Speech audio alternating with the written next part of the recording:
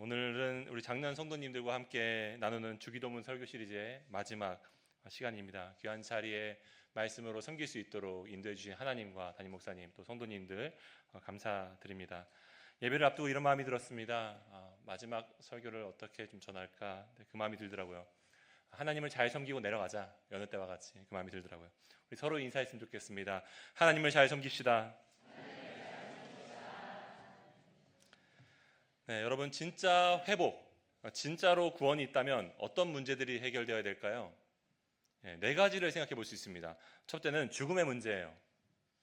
영원히 살지 못한다면 우리는 날이 다가올수록 불안할 겁니다. 또 두 번째는 고통의 문제가 있습니다. 영원히 살아도 어딘가 아프고 부족하다면 영원히 고통받는 거에 연장이잖아요. 세 번째는 죄책의 문제가 있습니다. 모든 것을 잃었고 살았는데 마음속 양심이 찔리는 일로 가득하다면 정말 후회가 가득할 겁니다. 네 번째는 만족의 문제예요. 앞선 모든 문제가 다 해결되고 영원히 살아도 내 마음에 채워지지 않는 어떤 그런 상태로 남아져 있다고 한다면 영원히 목마를 겁니다. 안타깝게도 이 땅에서 우리는 알고 있어요. 이 네 가지는 우리가 해결할 수 없다는 것을요. 우리는 오늘 이곳에서 천국을 바라지만 현실은 지옥을 살기도 합니다. 해결될 듯 해결되지 않고 해결돼도 또 다른 문제가 파도처럼 밀려오죠. 그래서 시인이자 화가 윌리엄 블레이크는 천국과 지옥의 결혼이라는 시집을 남겼습니다. 그 책의 표지를 보면요, 제가 사진을 못 준비했지만 그림 속에 천국의 사람들, 지옥의 사람들이 함께 날아오르며 춤을 추는 그런 그림이 있습니다. 그도 방법은 모르겠지만 하늘과 땅이 하나가 되기를 바랬어요. 여러분, 예수님은 오늘 우리에게 이렇게 기도하라고 가르쳐 주셨습니다. 뜻이 하늘에서 이루어진 것 같이 땅에서도 이루어지길 원합니다. 여러분, 예수님이 이렇게 기도를 가르쳐 주신 이유는 실제로 우리가 살고 있는 이 땅과 하늘이 별거 상태이기 때문에 그래요. 여러분, 예수님은 하늘의 뜻과 땅이 뜻이 서로 다르기 때문에 오늘 우리가 살아가는 이 현장에서 아픔이 있고 그 아픔을 해결하기 위해서 반드시 하늘의 뜻이 이 땅에 이루어져야 된다고 말씀하고 계신 겁니다. 저는 오늘 좀 세 가지 주제를 나눠보기 원하는데요. 먼저는 하늘과 먼 땅에 가득한 슬픔에 대해서 나눠보겠습니다.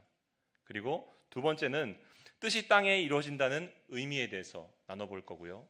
마지막으로는 하늘이 땅을 회복하는 계획에 대해서 살펴보겠습니다.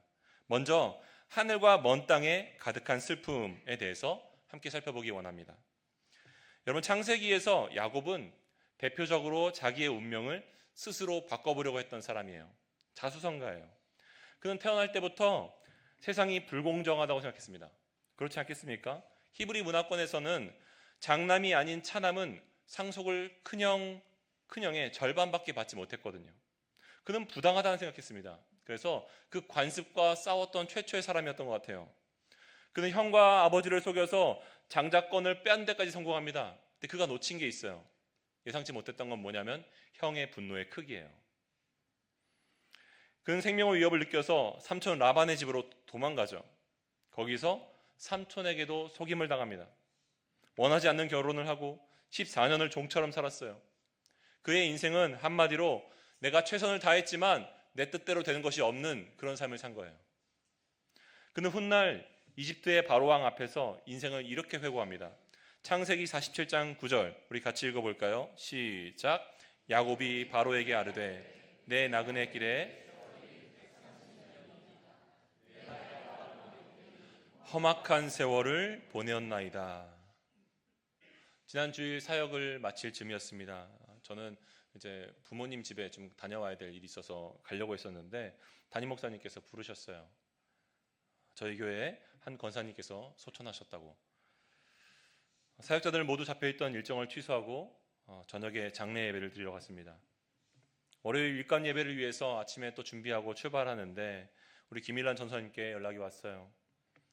지난해 말에 등록하신 우리 새가족 성도님이 지금 호스피스 병동에 계신데 아무래도 오늘 신방을 꼭 가야 하는 게 좋을 것 같다고 하셨습니다.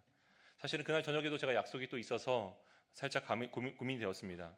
신방을 하루만 미루면 어떨까? 이런 생각이 들었어요. 근데 주차를 하면서 그런 마음이 들었어요.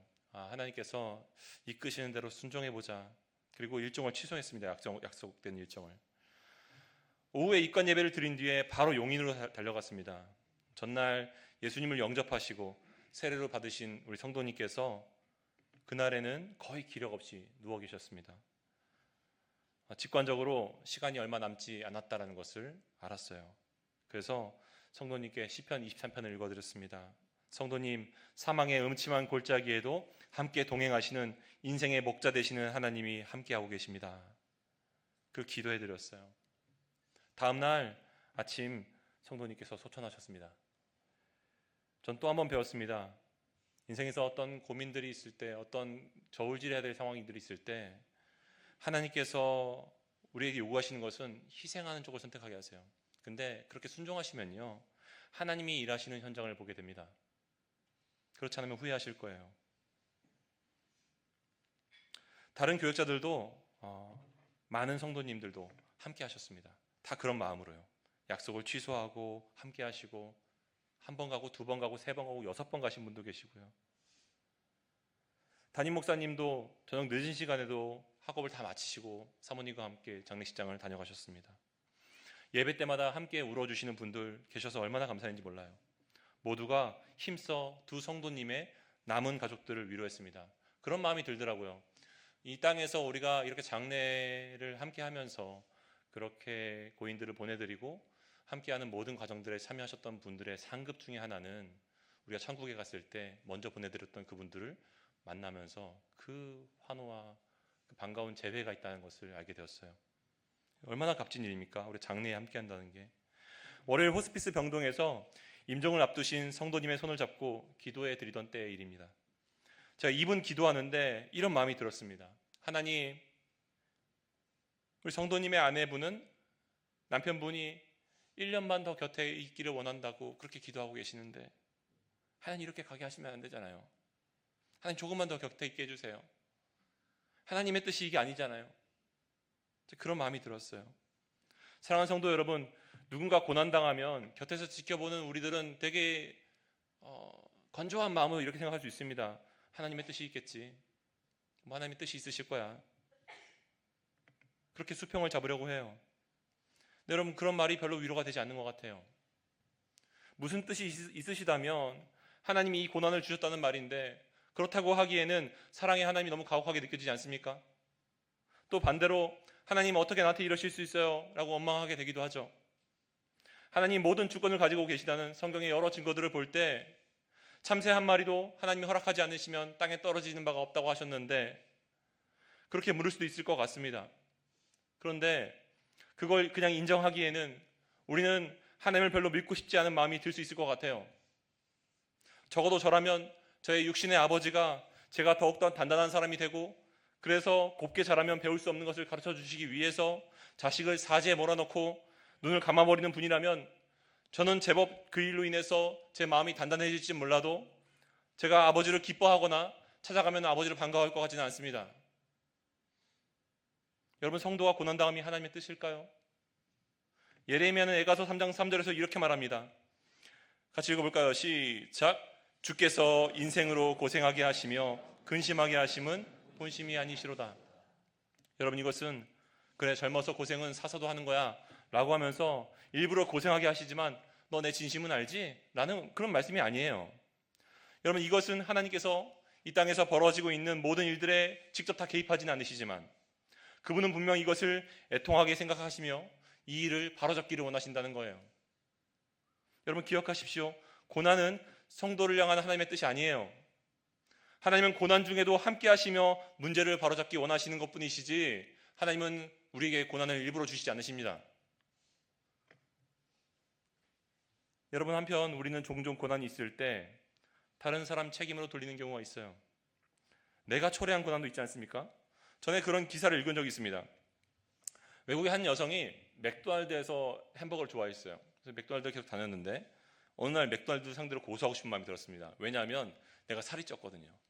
네, 그래서 요즘에는 뭐 메뉴마다 이제 칼로리가 얼마씩 다 써있지만 그때는 안 써있었대요. 그래서 고소했대요. 당신들이 칼로리를 안 쌓아서 내가 살이 쪘습니다. 실제로 그게 승소하게 됐습니다. 네. 여러분, 맞습니까 이게? 네. 자기가 먹고 싶어서 먹은 거고 자기가 먹는데 살이 찌는데도 계속 먹었잖아요. 네, 여러분 반대의 경우도 있습니다. 제가 아는 한 잘하는 목사님이신데요.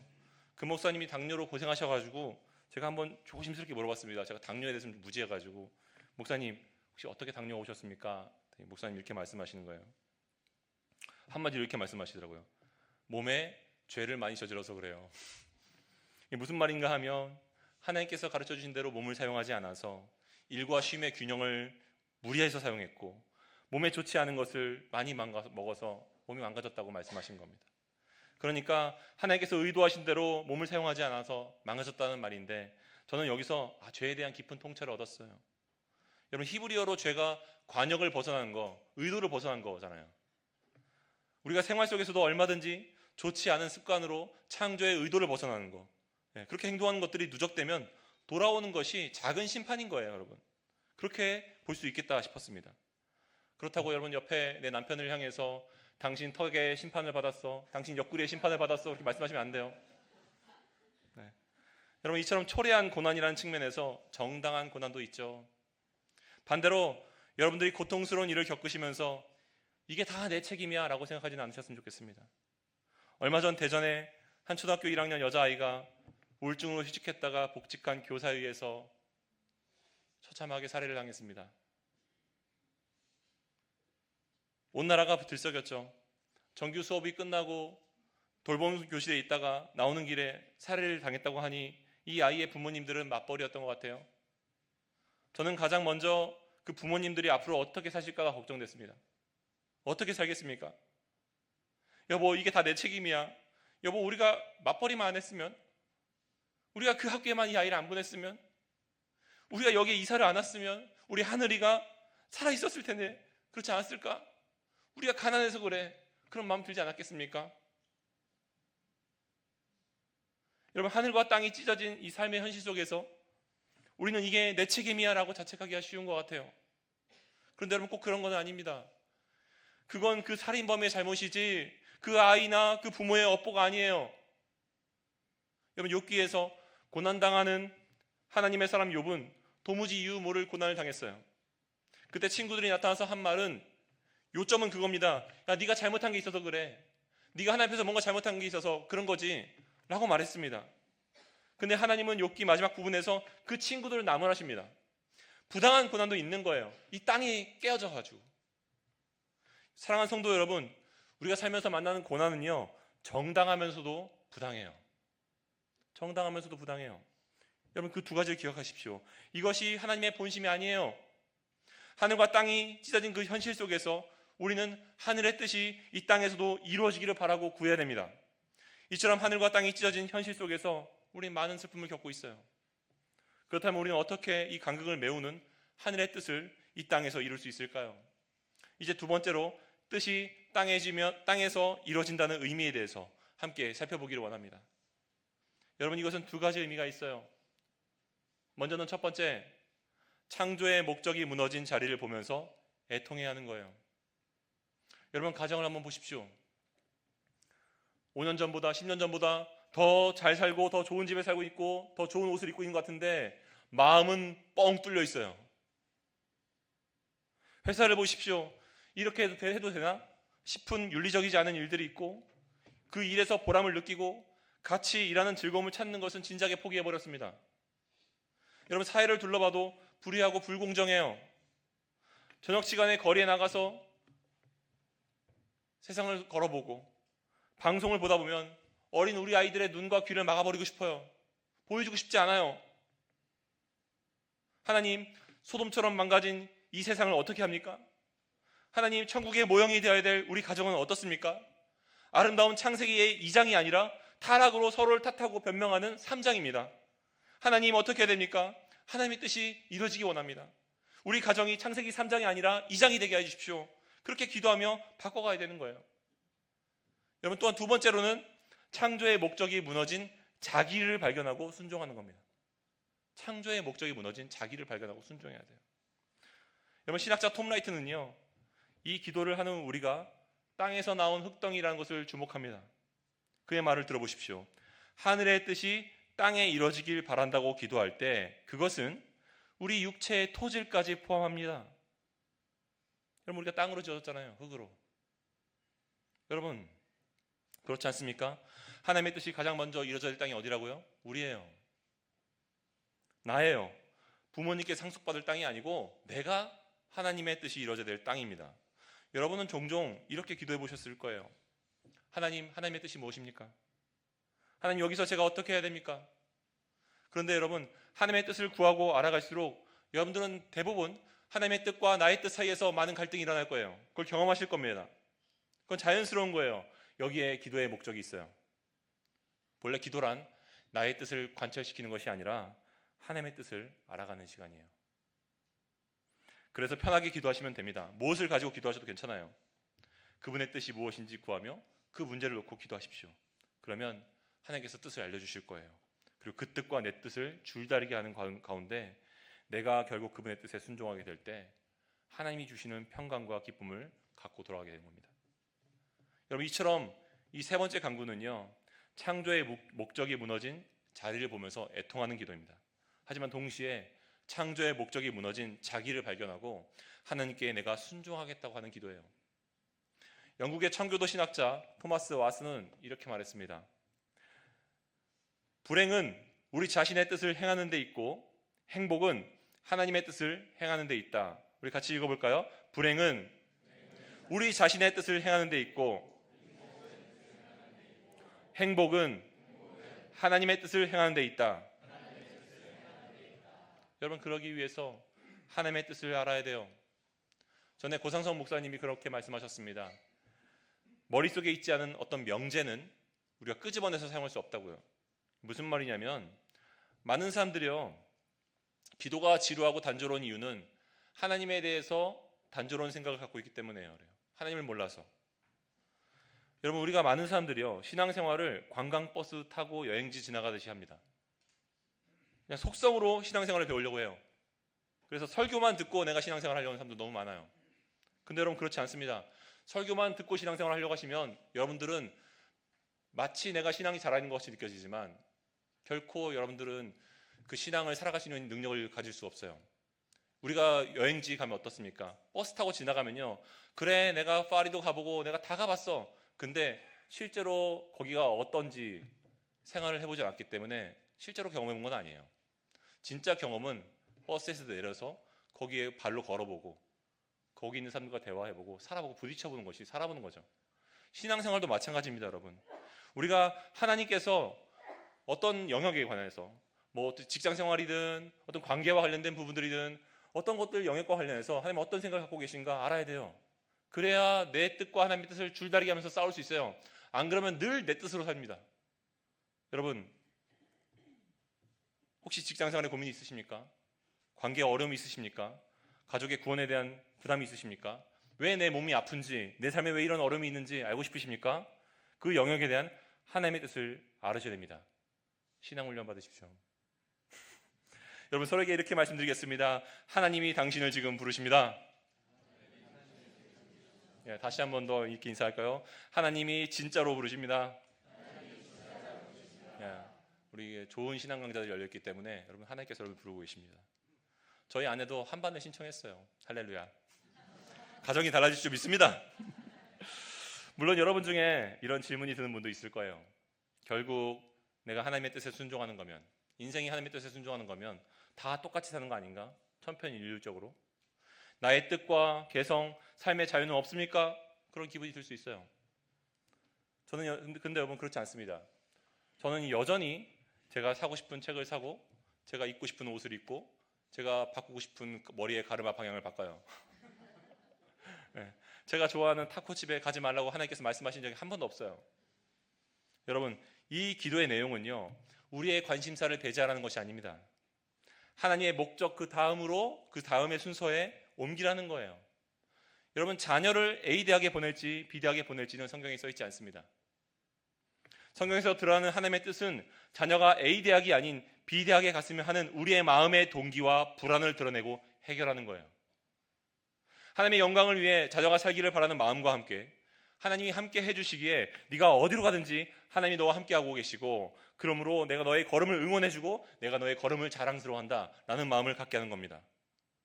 여러분, 지금까지 우리는 하늘의 뜻이 이 땅에 이루어진다는 것이 무엇을 의미하는지를 살펴봤어요.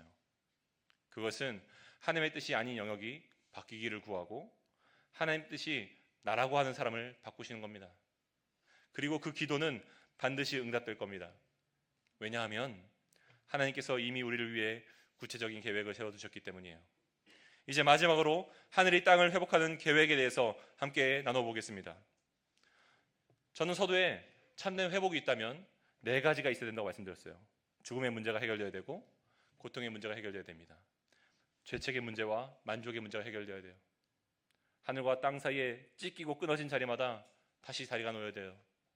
다리가 놓여져야 됩니다. 그럴 때 우리는 정말로 기뻐할 수 있어요.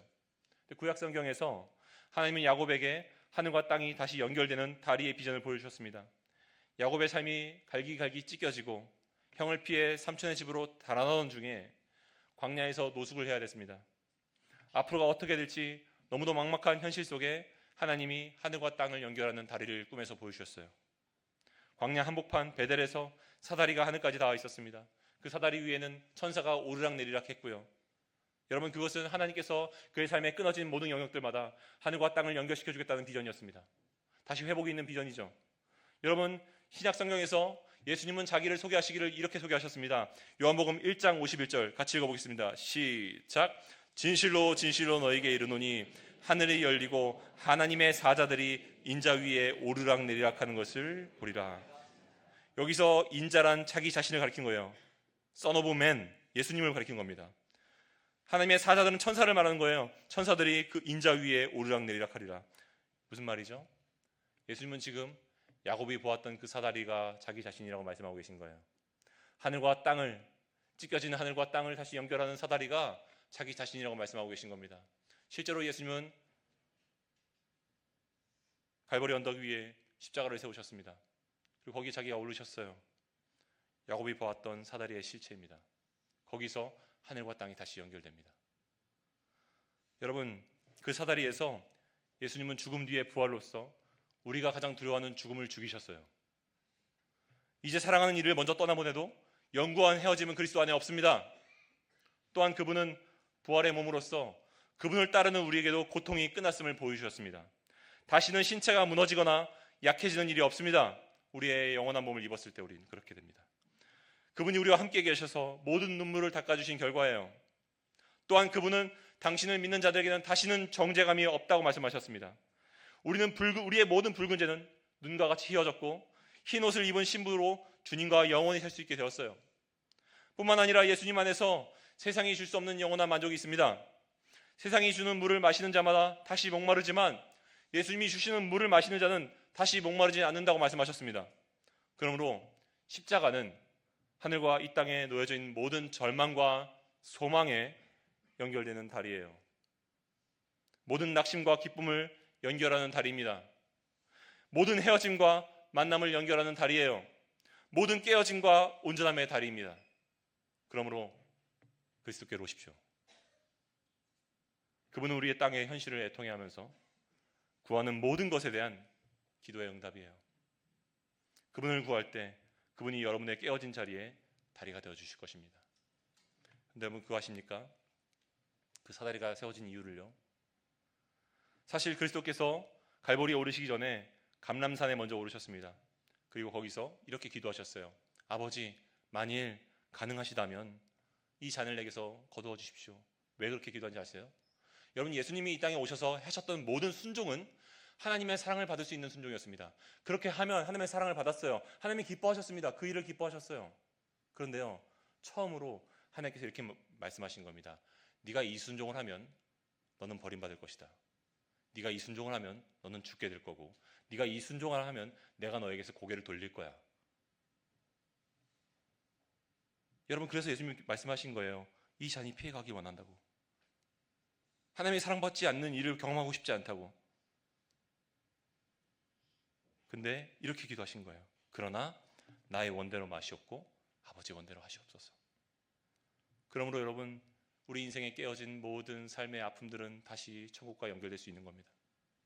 그분이 다리가 되어주셨기 때문에.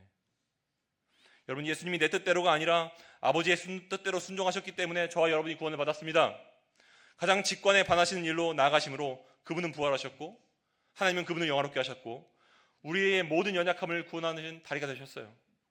사랑하는 성도 여러분, 그리스도의 십자가를 바라보며 우리 한 가지 적용하기 원하는데요. 여러분 때때로 아버지께서 이끄시는 것에 저항감을 느끼시는 경우가 있을 거예요. 왜 나에게 이걸 요구하세요? 그건 저에게 부담스럽습니다. 저는 이 자리에 있고 싶어요. 제가 살아왔던 방식이 아니에요, 하나님. 특히 교회 안에서 그런 경험들 하신 경우가 많이 있을 겁니다. 말씀을 들으시며 훈련을 받으시며. 여러분, 교회는요, 왜 그런 일이 벌어질까요? 교회는 그리스도를 경험하고 훈련하는 그분의 몸이기 때문에 그래요. 변화가 직접적으로 일어나는 성화의 현장이기 때문에 그렇습니다. 그러므로 여러분, 저항감이 느껴지는 지점들이 있을 때 하나님께서 나를 훈련하신다는 것을 기억하십시오. 그때 필요한 것은 하나님의 뜻과 내 뜻을 저울질해 보는 거예요. 비교해 보는 겁니다. 이게 내 뜻인지 하나님의 뜻인지, 이게 내 고집인지 하나님의 뜻인지를 비교해 보십시오. 그걸 가지고 실험해 보십시오. 그리고 마침내 이렇게 기도하십시오. 주님, 내 뜻대로 하지 마시옵고 아버지의 뜻대로 하시길 원합니다. 그럴 때 아버지가 영광 받으시고 그 아버지가 당신을 영화롭게 하십니다. 이 시간 우리 함께 찬양하기 원합니다. 이 세상 가장 아름다운 순종의 눈물, 온 세상 다시 빛나게 한 생명의 눈물. 여러분, 그가 이 땅에 왜 오셨습니까? 그분이 죽어야 우리가 살기 때문에. 직관에 반하는 일로 나아갔지만 그것이 우리를 살리는 길이었기 때문에. 내 뜻이 아니라 아버지의 뜻에 순종할 때 여러분, 하늘과 땅이 다시 연결되는 은혜가 있었어요. 우리 그 가사를 묵상하시면서 우리 함께 이 찬양 하시겠습니다. 이 세상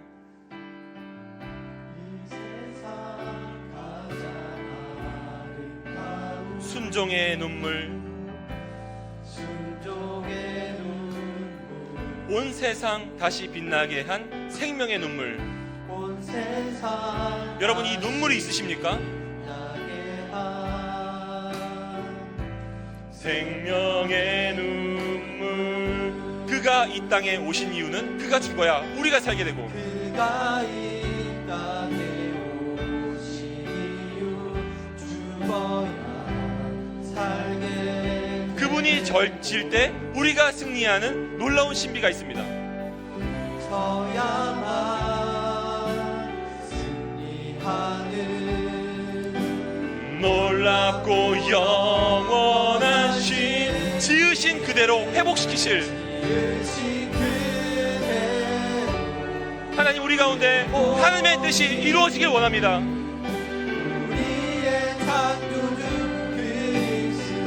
십자가의 길로 걸을 때 하나님의 뜻이 이루어집니다.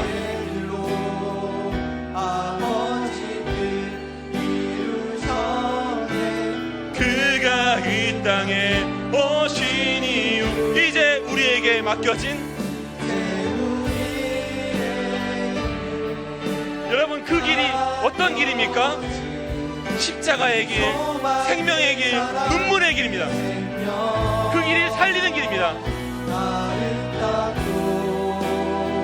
눈부신 십자가의 길, 우리가 이 땅에 살아. 우리 다시 한 번 더 처음부터 찬양하시겠습니다. 이 세상 가장 아름다운 순종의 눈물, 이 세상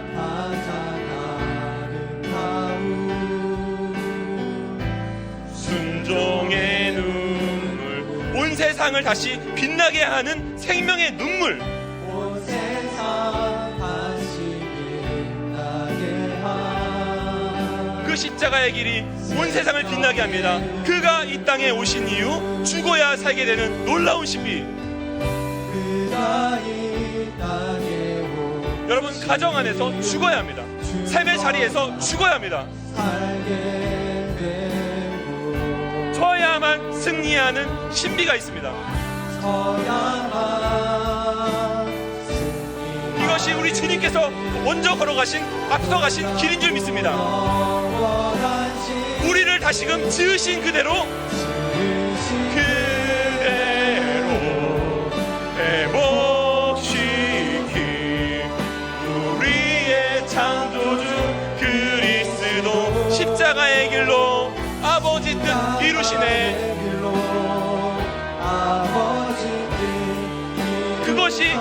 이 땅에 오신 이유입니다. 이제 우리에게 맡겨진 그 길이 무엇입니까? 맡겨진 그 소망, 그 사랑, 그 생명, 아름답고 눈부신 그 길, 십자가의 길, 우리가 이 땅에 살아갈 이유. 여러분, 제가 이 설교를 준비하면서 이런 마음으로 기도했어요. 하나님, 우리 성도님들 보시잖아요. 주저앉으신 자리들이 있지 않습니까? 하나님, 하나님 낙심한 그 절망의 자리, 죽음의 자리에서 소망의 주님 다시 생명의 다리를 놓아 주옵소서. 그런 주일 예배가 되게 하여 주옵소서. 이 예배 가운데 하나님께서 다시금 소망을 주셔서 다시 주저앉은 자리에서 일어서셔서 춤을 출 수 있게 하여 주옵소서. 하나님, 춤을 출 수 있게 하여 주옵소서. 그렇게 기도했어요. 하늘과 땅의 다리가 되시는 예수님, 우리의 무너진 삶의 자리들이 있습니다. 깨어진 아픔의 현실들이 있습니다. 헤어진 이별의 장소가 있습니다. 무너진 신체가 있고 소망 없어 주저앉은 절망의 자들이 있습니다. 그 자리들마다 예수님께서 죽음과 생명의 다리를 놓아주심으로써 알파와 오메가가 주심으로써 주님께서 저의 삶에 오셔서 하늘의 뜻 이루어 주옵소서. 광야와 같은 제 삶 가운데 하늘이 다 연결되는 은혜를 경험하게 하여 주옵소서. 우리 이렇게 함께 기도만 나가시겠습니다. 기도하시겠습니다. 하나님 아버지, 그렇습니다. 우리의 삶의 자리가 깨어져 있습니다. 찢겨지고 아픈 그 삶의 현장 가운데서 하나님의 은혜를 구하며 나갑니다. 하나님 아버지, 소망 없고 낙심한 그 삶의 자리 가운데 하늘의 뜻 이루어 주셔서 주님께서 사닥다리가 되어주셔서 아버지 내 절망의 자리 가운데 소망의 자리를 놓아주시고 그로 말미암아 다시금 이 땅 가운데 일어서서 춤을 출 수 있도록 역사하여 주셔서 하나님, 사랑하는 우리 성도들의 삶의 자리 가운데 하나님 낙심한 자들이 있습니다. 앞이 보이지 아니하는 절망이 있습니다. 하나님, 모든 가게가 끊어지고 하나님 모든 경제적인 사람들이 앞이 끊겨지고 하나님 낙심한 그의 자리 가운데 하나님께서 그들의 삶에 아버지가 되어주셔서 신실하게 인도해주시기를 원합니다. 하나님, 고통 가운데 육신의 질병 가운데 아버지 난 모르는 눈물을 흘리며 내일에 대한 두려움으로 살고 있는 분들이 있습니다. 하나님, 그들의 육신의 장막을 벗을 그날 하나님께서 다시금 회복하게 하실 그 소망을 붙들며 나아갈 수 있도록 도와주시네. 하나님, 이 시간 가운데서도 치유의 하나님 그 요와 라파를 경험할 수 있도록 역사하여 주셔서 하나님 아버지, 우리의 삶의 자리 가운데 깨어지고 찢겨져서 포기하고 싶은 자리들이 있습니다. 그 관계의 깨어짐 가운데 하나님, 그 회상 안에서의 그 아픈 그들 가운데 우리가 주의 은혜를 보며 나가오니 하나님, 그 안에서 하나님이 나를 향하신 아버지의 뜻이 무엇인지를 발견하며 하나님께서 이루어지기 원하시는 그 아름다운 하늘과 땅에 연결되는 그 은혜를 경험할 수 있도록 역사하여 주셔서 그렇게 행하여 주실 줄을 기대하며 나갑니다. 하나님, 그렇게 치유하여 주셔서 치유의 영광을 우리 삶 가운데 바라여 주시고 하나님께서 아버지 야곱의 사닥다리가 되어주셔서 아버지 우리의 삶 가운데 하나님의 천사들이 오르락내리락 약한 것을 경험할 수 있도록 인도하여 주셔서 그렇게 행하여 주신 주님의 은혜를 구하며 나가오니 상한 성도들의 삶의 자리 가운데 하나님, 그렇게 일하여 주시고 역사하여 주셔서 오 주님, 그렇게 인도하여 주셔서 주님 인도하여 주셔서 지으신 그대로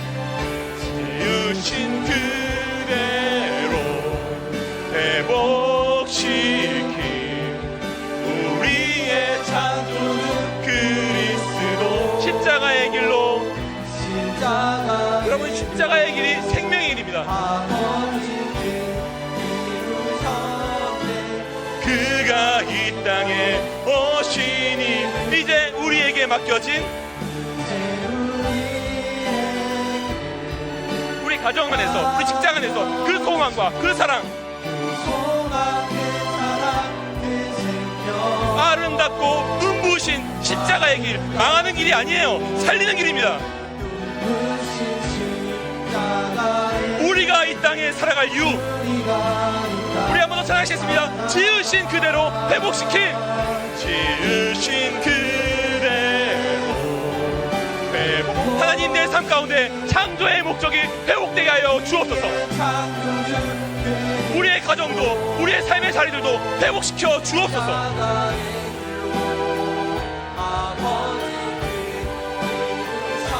모든 절망을 끝내실 그 십자가의 길, 그 길을 소망으로 붙잡으며 나아가길 원합니다.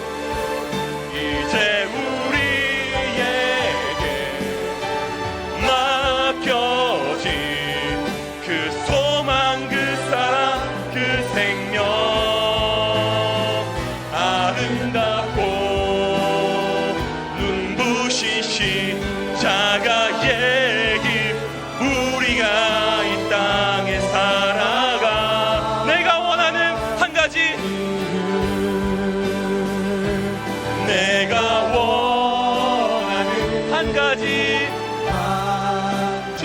주님의 기쁨 되기를 원합니다.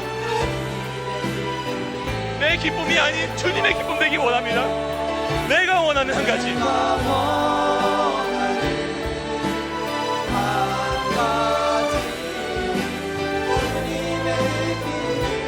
나 주님의 기쁨 되기 원하네. 주님, 내 마음, 내 땅을 변화시켜 주옵소서. 이 완악한 굳어진 땅을 기경하여 주옵소서. 새 부대가 되게 하여 주사 십자가의 길을 비추는 삶이 되게 하여 주옵소서. 우리 한 번 더 기도하는 마음으로 찬양하겠습니다. 나 주님의 기쁨 되기 원하네. 주님, 내 마음을 새롭게 하소서.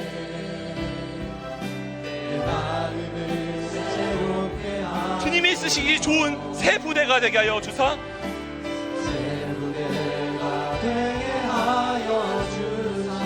주님의 빛 비추게 하소서.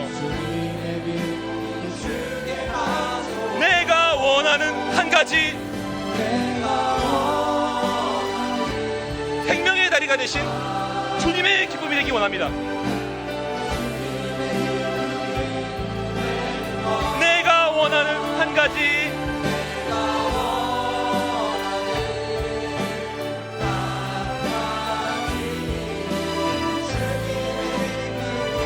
겸손히 내 마음을 하나님께 드립니다. 하나님, 나의 모든 것 다 받으소서. 주님, 내 마음이 더럽습니다. 어지럽습니다. 깨끗게 하여 주사.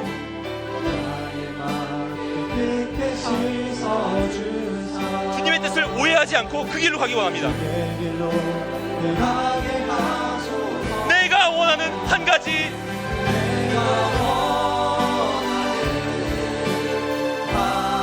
주님, 주님의 기쁨이 되기 원합니다. 내 기쁨이 아닙니다. 주님의 기쁨입니다. 내가 원하는 한 가지,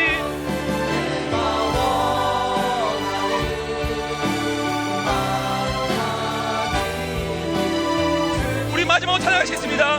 내가 원하는 한 가지, 내 기쁨이 아닌 주님의 기쁨 되기 원합니다. 순종의 길로, 십자가의 길로 그 영광 올려드리며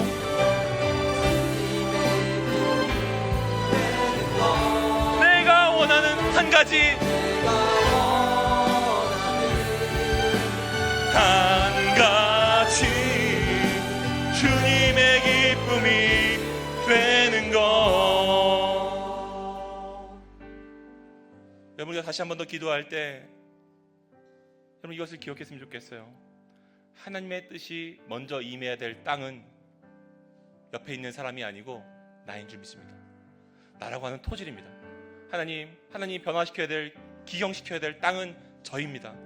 돌짝밭 같아서 하나님 어떤 말씀도 들어가지 않고, 하나님 메마른 땅이어서 씨를 내리는 것 같지만, 뿌리를 내리는 것 같지만 금방 말라버리고 금방 삶의 풍파에 헤매면서 휩쓸려 다니면서 하나님 말씀대로 순종하지 못하는 이 땅을 하나님 기경하여 주옵소서.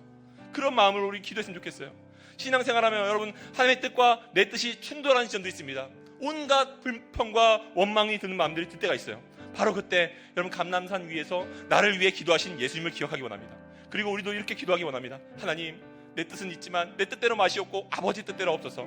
내 뜻이 아닙니다. 저를 향한 아버지의 뜻이 이루어지게 하여 주옵소서. 그렇게 나 주님의 기쁨 되기 원한다고 함께 순종할 수 있는 믿음을 위해 함께 그렇게 기도하시겠습니다. 기도하시겠습니다. 하나님 아버지, 그렇습니다. 하나님, 내가 바꿔야 될 땅입니다. 하나님, 이 땅을 기경하여 주옵소서. 이 땅 가운데 하나님의 뜻이 이루어지기 원합니다. 하나님 아버지, 이 땅 불짝과 같은 이 마음을 하나님 기경하여 주옵소서. 너무나도 신앙생활을 오래 해와서 하나님 모든 것을 다 알고 있는 것처럼 하나님께 살았던 내 삶을 하나님 신앙을 공부하고 많은 것을 성경을 공부하면서 내가 모든 것을 가르치는 삶의 자리 가운데 있었기 때문에 모든 것을 다 누구가는 책과 속에서 하나님, 그렇게 내가 다른 사람들을 평가하며 판단하며 정죄하는 살았던 내 삶들을 하나님과 회개하기 원합니다. 주님, 내 마음을 기경하여 주시고 주님의 뜻을 구하며 주님의 뜻이 아닌 하늘의 뜻을 구하며 나가는 삶이 되기 원합니다. 하나님, 내 뜻이 아닙니다. 하늘의 뜻을 이루게 해주옵소서. 내 뜻이 아닌 하늘의 뜻을 구하며 하나님께 아버지 은혜를 구하며 나가는 삶이 되기 원합니다. 그리하여 내 삶 가운데 하늘의 뜻이 이루어지는 은혜가 있도록 역사하여 주소서. 내 가정을 내 마음대로 이끌어가는 것이 아니라 하나님 하늘의 뜻이 내 가정 가운데 이루어지기 원합니다. 하나님 아버지 내 꿈과 내 비전과 아니 내 아버지 미래와 내 계획도 내 하나님 모든 세정도 하나님께 올려드리기 원합니다. 내 계획대로 사용하지 마시고 아버지의 계획대로 인도하여 주옵소서. 하나님 그렇게 하나님께서 하나님의 나를 향하신 뜻과 하나님 나를 우리 가정을 향하신 뜻과 아버지 나의 미래와 이 땅과 이 교회를 향한 아버지의 뜻이 이루어지기 원하오니 하나님 우리의 삶 가운데 하늘의 뜻 이루어 주옵소서. 하늘과 땅의 상대가 되신 하나님 우리 삶 가운데 이 땅과 아버지 하나님의 하늘 아버지 아버지의 뜻을 연결시키는 예수 그리스도 그 예수 그리스도를 우리가 붙잡아 나갈 때 우리 삶을 다시금 아버지 하나님과 연결시키시는 그대로 인도하여 주시기 믿습니다. 하나님 인도하여 주시고 이끌어 주옵소서. 그렇게 행하실 줄을 찬양합니다. 그렇게 이끄실 줄을 기대합니다. 하나님 역사하여 주옵소서.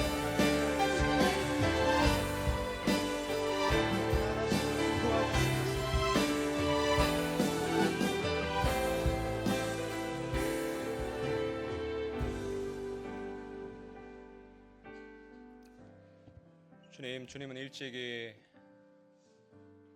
넓은 길로 가는 사람은 많지만 좁은 길로 가는 사람은 적다고 말씀하셨습니다. 주님, 우리가 신앙생활을 오래 했지만 혹 관광버스에 타서 내리지 않는 사람처럼 넓은 길로만 가려고 하는 것은 아닌지 돌아봅니다. 하나님, 좁은 길이 다른 것이 아니라 하나님의 뜻이 내 삶에 이루어지는 그 길이 좁은 길인 줄로 믿사오니 주님, 우리의 심령을 새롭게 주시옵소서. 우리 스스로의 의지로 노력으로는 우리의 내면의 밭을 기경할 수 없사오니 주님, 성령께서 일하여 주셔서 우리의 마음을 새롭게 하여 주시고 주님의 말씀을 듣고 행하는 자가 되게 해 주시옵소서. 주님, 우리가 기도에 대해서 이론적으로만 가득한 인생을 살길 원하지 않습니다. 기도하는 자가 되길 원합니다. 주님의 뜻을 구하는 자가 되길 원합니다. 하나님, 매일의 삶 속에서 하나님 아버지 앞에 무릎 꿇고 나아가는 심령이 되게 하시고 내 뜻을 가지고 나가되 결국 하나님의 뜻이 이루어지기를 갈망하는 심령으로 변화시켜 주셔서 우리 각 사람의 삶을 통해서 하나님의 나라가 이 땅에 임하게 하여 주시옵소서. 특별히 주님, 절망 가운데 고난의 터널을 지나고 있는 성도들 주님 기억하여 주시고 예수님께서 이미 하늘과 땅을 연결시켜 주셨음을 믿음으로 일어서게 하시고 그 굳건한 믿음에 반석되시는 주님을 의지하며 살아갈 수 있도록 힘을 더하여 주시옵소서. 이제는 우리 주 예수 그리스도의 은혜와 하나님의 사랑과 성령의 위로하심이 하나님의 뜻이 내 삶에 이루어지길 간절히 소망하며 살아가기로 결정한 기쁨이 되는 교회 모든 성도들에게 이제부터 영원까지 함께 하시기를 간절히 축원하옵나이다. 아멘.